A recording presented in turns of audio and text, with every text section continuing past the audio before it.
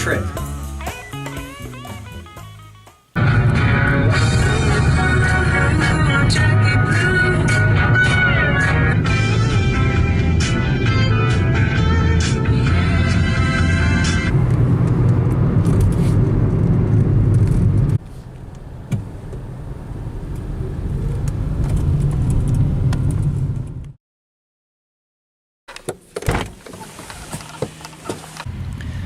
This is the house I lived in from 1979 through 1982. And that window on the right, that was my bedroom. And this house here at the end of the street is where my friend Mike lived. Now what's interesting about this field is that it's still a field because everywhere else houses have sprouted up, but this has remained a field. And it was a field when we moved here at the end of the 70s, but back then it was all sand. And coming from New York, this was our first exposure to like a big area of sand, and it reminded my brother and I of Luke Skywalker's planet Tatooine. So we would come to this field with sticks and have lightsaber battles, even though Luke didn't have any lightsaber battles in the sand. But now here's an example of how things change over time. The end of the 70s, early 80s, this area, this hotel, this bank, this commercial center, this was all a park that all the kids would play at that lived in these neighborhoods that we lived in. But the park is gone, so pretty different.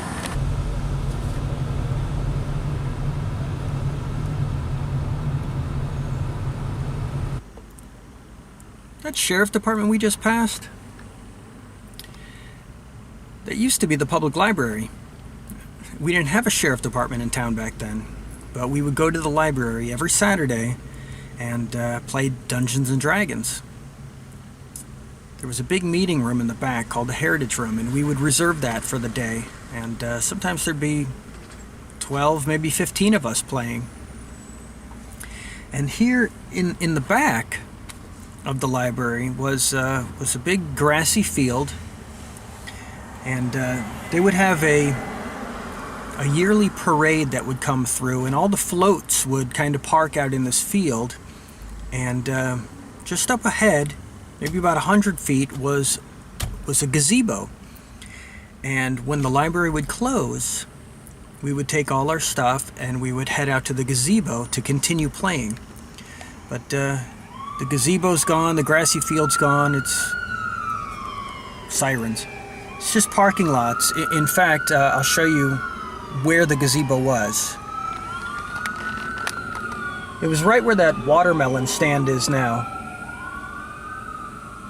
Now this resort is the first place that we stayed while my parents looked for a house for us to rent.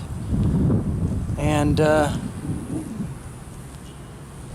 this is the mini golf that we used to play on back in 1979. And check it out, it's still here in 2017. This building here used to be our town movie theater. It was family owned and had one screen, but it was the place where we all came to see the new movies of the day, like The Empire Strikes Back, Indiana Jones, and E.T. And I actually crashed a go-kart right into that left wall. Okay, I want to show you a little interesting area here. This used to be Kmart, and it was the only store we had where we got all of our toys and all of our clothes and anything we needed except food. Over here was the McDonald's, and it's still there, but it was the only fast food place we had in town. And the first time we came here, we asked for a Happy Meal, and they'd never heard of it because it hadn't quite made it down south yet. But then over here, this is a Circle K, and the Circle K went up in the mid-'80s, and I remember looking at the sign and trying to guess what the name of the new store was going to be. And and my guess was that it was called OK. I was wrong. And in the parking lot next to the old Kmart is what used to be our Publix, which was our only grocery store in town at the time and where we all got our food. Not a Publix anymore. This intersection used to be referred to as Confusion Corners because it is a 5-way intersection and we did not have a traffic light or stop signs. I can't remember how many fatalities it took till they put in a traffic light. Okay, I'm going to try something here. There's a little bridge right in front of my car that is kind of in front of our old elementary school. And when we were kids, my brother and I would walk up to it and we would climb down underneath, and there's sewer pipes. And we would climb through the sewer pipes all up and down these streets, and under the sidewalks there's gratings. And under those gratings are little like sewage rooms. And we would, it was all empty and it was all dry, just concrete. And we would climb through there and we would stick our hands up through the gratings when people would walk down the sidewalks. Well, I'm kind of parked here on the sidewalk, and it's now, somebody's house, and I can see they have a camera there kind of pointed at this direction. And the fence, the bridge has some fences around it.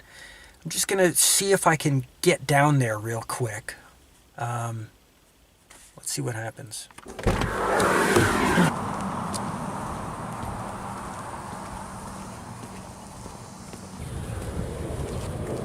Here's the first grating. We would stand underneath that and reach our fingers up through it. Back then, it was right in the middle of the sidewalk. But as you can see now, they've made a new sidewalk next to it and put a sidewalk bridge.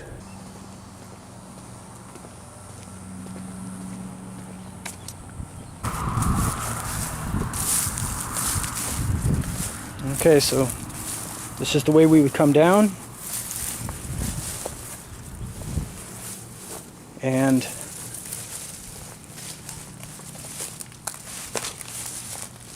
there it is.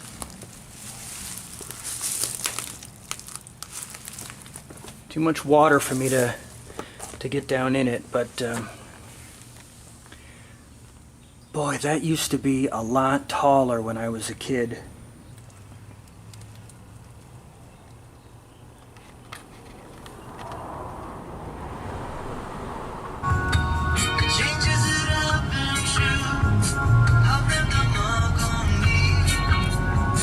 This is my old elementary school. Now, when we moved here, this was the only school in the entire town. And I went here from 1979 through 1984. Well, I'm here in another field, and the significance of this particular location is that this is where I would meet with an older girl that was in my brother's class. That's not what you think. She happened to have all of the original G.I. Joe action figures that I didn't already own, and she was the only person I knew that had them, and she didn't want them anymore because they were boys' toys and she was growing up and wanted to get rid of them.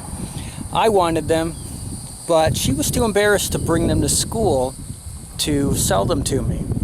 So I would save up my allowance, and every week we would call each other, set up a time, and then meet right in this field.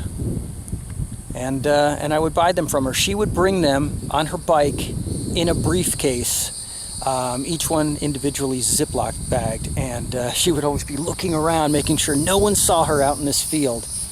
But she was pretty nice because after a few weeks of buying them a few at a time, she said, you know what, I'll just give you all the rest of them. And she did. She gave me, and she even gave me the briefcase along with it. But good times. I don't know if I'm going to be able to get out for this one because yeah, there's people in the yard. But this house right here,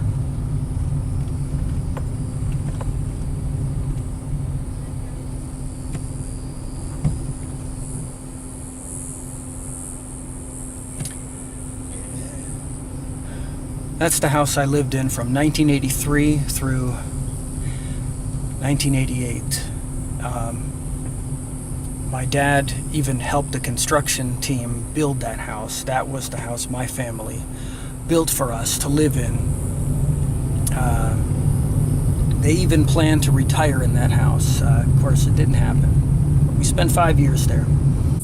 Okay, I've pulled around back here. I don't know if you can see it, but through the woods is the back of my old house. And the reason why I had to stop back here was because I can't overestimate the significance of these exact woods right here. These bushes, these trees in this area. Because every day after school, until it got dark, all day on the weekends, all day every day during summer vacation for 5 years growing up, this is where my brother and I spent all our time. And we mentally had mapped out and memorized every single bush, tree, stick, pine needle, pine cone, everything. We could walk through these woods anywhere with blindfolded.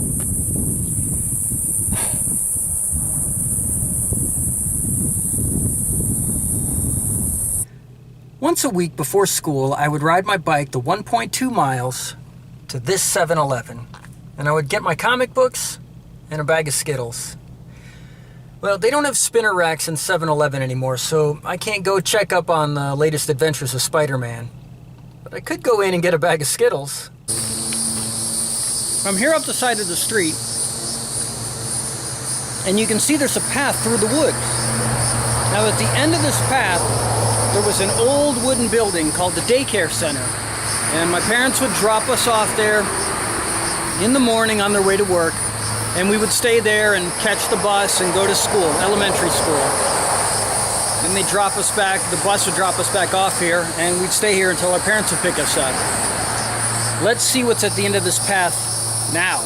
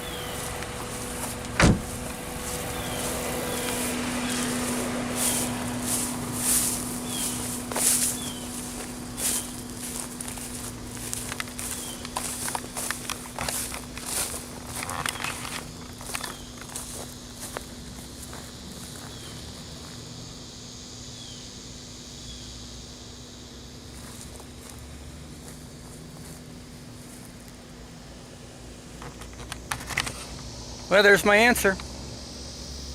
No more daycare center. No more anything.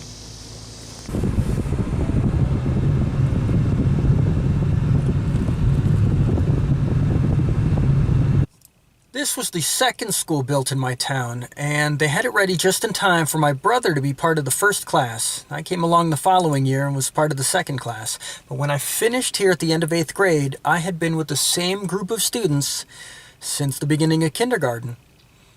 We were all in an advanced class called MWA, which was short for Major Work Area, and there was about a dozen of us grouped together for all those years. But the summer after 8th grade, my parents had divorced. My best friend Mike had died, and we sold our house and all of our stuff and moved out of town.